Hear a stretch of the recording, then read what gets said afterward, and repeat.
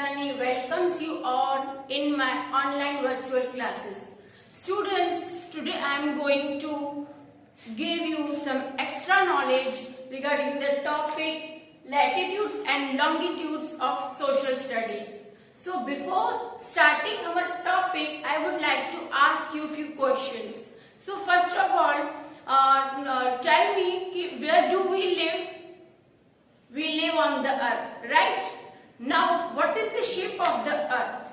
Yes, it is round, like a big ball.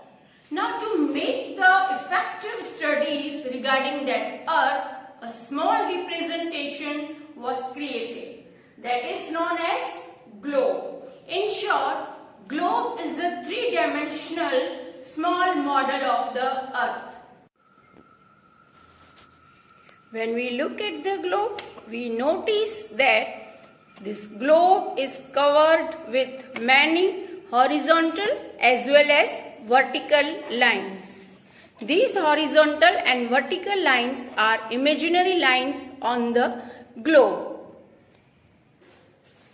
The horizontal imaginary lines running from the east to west are known as the latitudes or parallel of latitudes, and the imaginary lines running from the north to south are known as the meridians of longitudes. Now see students, these are the latitudes. Latitudes are measured in degrees. Now we can see another imaginary line. You can see this another imaginary line that runs in the globe from east to west. This is the longest latitude on the globe. This is known as the equator. This equator divides the globe into two halves. The upper portion is known as the northern hemisphere and the lower portion is known as the southern hemisphere. As I explained you students, latitudes are measured in degrees. We have in all 180 latitudes, 90 latitudes in the northern hemisphere and 90 latitudes in the southern hemisphere. Now, apart from these latitudes, we have another important latitudes also. They are Arctic Circle,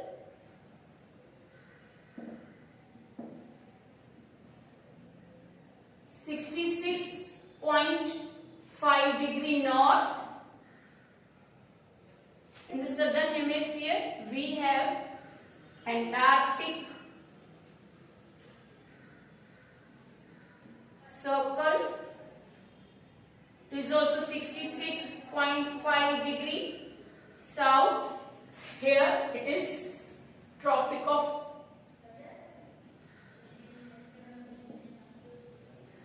Cancer, 23.5 degree north, and here it is Tropic of Capricorn,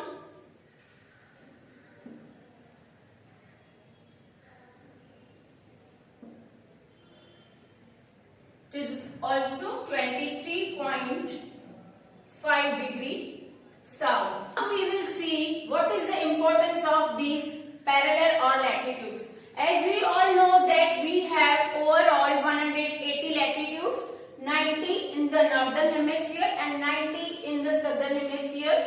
Latitudes are measured in degrees, and among all latitudes, equator is the longest latitude on the globe, that is always 0 degree. Now students, there is unequal distribution of the heat and solar energy on the earth's surface.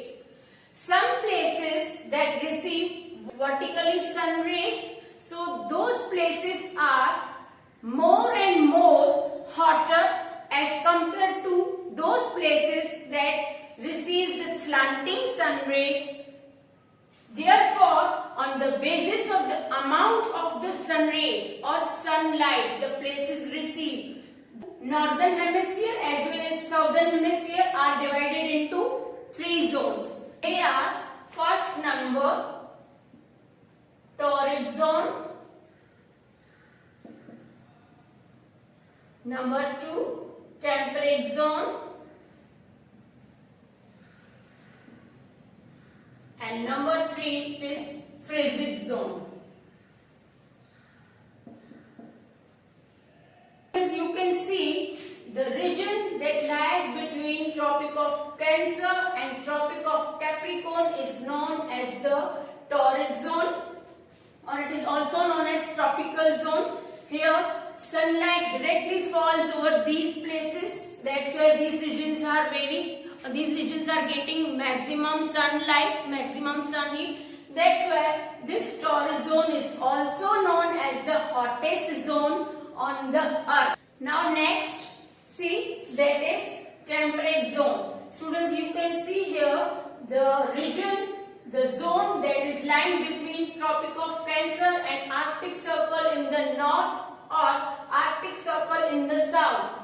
These regions do not get maximum sunlight because here sun rays fall slanting. That's why these places do not get that much sunlight. That's why these areas are moderately hot. Now students, as we go upwards towards the poles, the sun rays keep decreasing. See, that's why these regions do not get that much sunlight.